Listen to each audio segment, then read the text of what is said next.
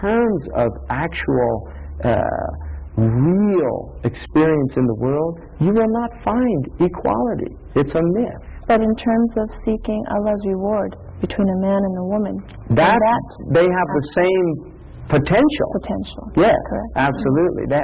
In fact, really, it's unfair because women have an easier route to gain God's grace according to the Islamic tradition. How so? Well, for instance, according to the Prophet Muhammad, a woman came to him and complained. She said, we see men go out and struggle in the way of God, defending the land of Islam.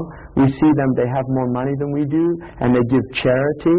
And we see them, they go to the congregational mosque 5 times a day, and we have children that keep us in our houses. They're getting all the reward.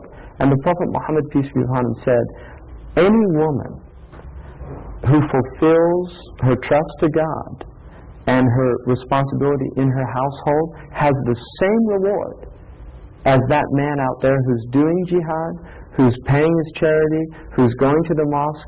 In other words, and I think the way my wife said that when she told me, she said that's not equal. She said it's that the Prophet understood how difficult it is to be a woman in this world. Because even though we feel that women may feel that they are fulfilling their purposes at home, they may feel they have another purpose of doing good for the ummah in terms of being out in the public eye for those reasons. The greatest good that a mother can do for not just the ummah of Islam, but for humanity, is to raise a human being. That is the greatest thing that she can do. And if she thinks she can do anything greater, she's deluded. She is deluded.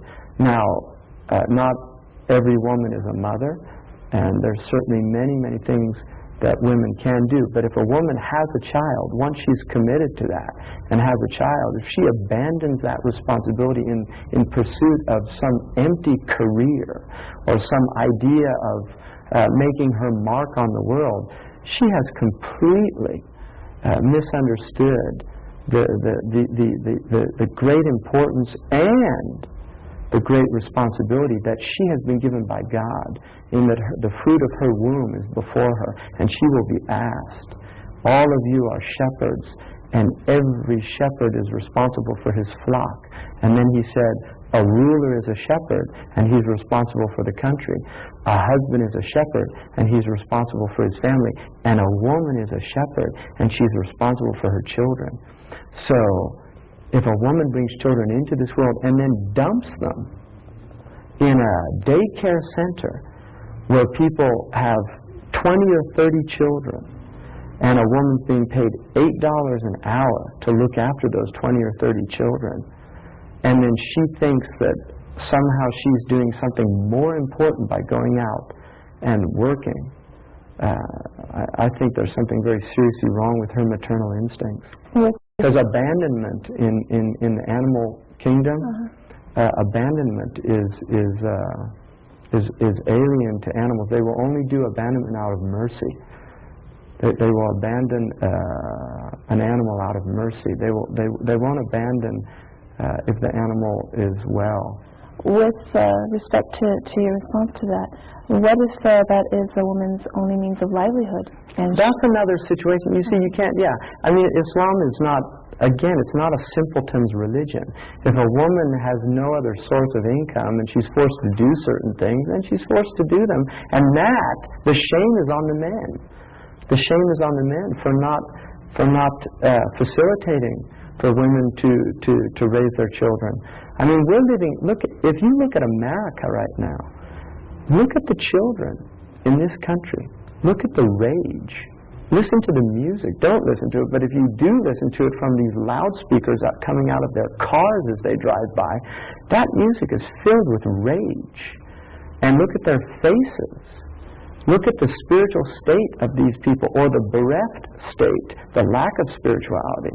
And to give some of them credit, I'm amazed at how well some of them do despite all of the odds against them. I am amazed that there's children out there, there's young people out there that are really struggling to find a purpose to their life in a world that is telling them constantly, including their parents, by abandoning them, that they are worthless and that their lives are purposeless. Okay, irrespective of financial need, looking at your analogy of mercy in women and that being characteristic of women, say a woman, Muslim woman, married with children, her husband provides well and family's doing fine.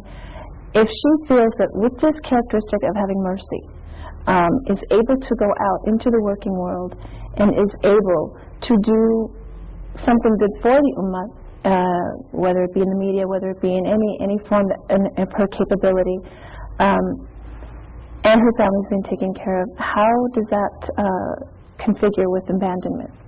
Well, again, I would re-emphasize that no one can give to children what a mother can give to their children. That doesn't mean there aren't pathological mothers out there. There are. There are mothers that dump their babies into garbage cans. I mean, this happens. People read about these things in the newspapers, and some people experience them firsthand. But the point is that children need time. Children thrive on time. I have 3 children. They're homeschooled, and the amount of time that not just my wife, but that I put into those children is immense. And they thrive on it. They need time. And parents now spend 5 or 10 minutes with their children in a day. And you cannot do that to a child. You will kill that child's soul. And they'll end up spending the rest of their life seeking that love in pathological ways from other people. They'll end up spending it by trying to be superficial beings that only think that their worth in the world is physical, like so many of the women out there. Why are all these women getting plastic surgery to rearrange their faces? Why are they out there jogging in the streets trying to keep up with some image of the body that has been presented to them by a mainstream media that has essentially at its root a desire to sell them things, to sell them cosmetics, to sell them clothes that quote-unquote look sexy, to sell them toothpaste that's going to make them more presentable. I mean, this is what's happening out there. People are in a if you look out at the world right now, look out there, look at the state of human beings right now. So many of these women that I see out there do not look well. They do not look well to me. And I think part of it is because their souls are telling them that they're not well, because they're not doing what they're supposed to be doing. And if you don't do what you're supposed to do in this world, your soul will let you know from every which way, and it will be painful. You'll end up, if you don't listen to your soul, you'll end up on antidepressants, you'll end up on alcohol, you'll end up on drugs, you'll end up in pathological relationships. So what is the role of the woman, which would be deemed as Islamically correct? You know, the role, I hate that word, first and foremost, because it's an acting metaphor. Which word? The role. Oh. But anyway, it's English language, but I would say the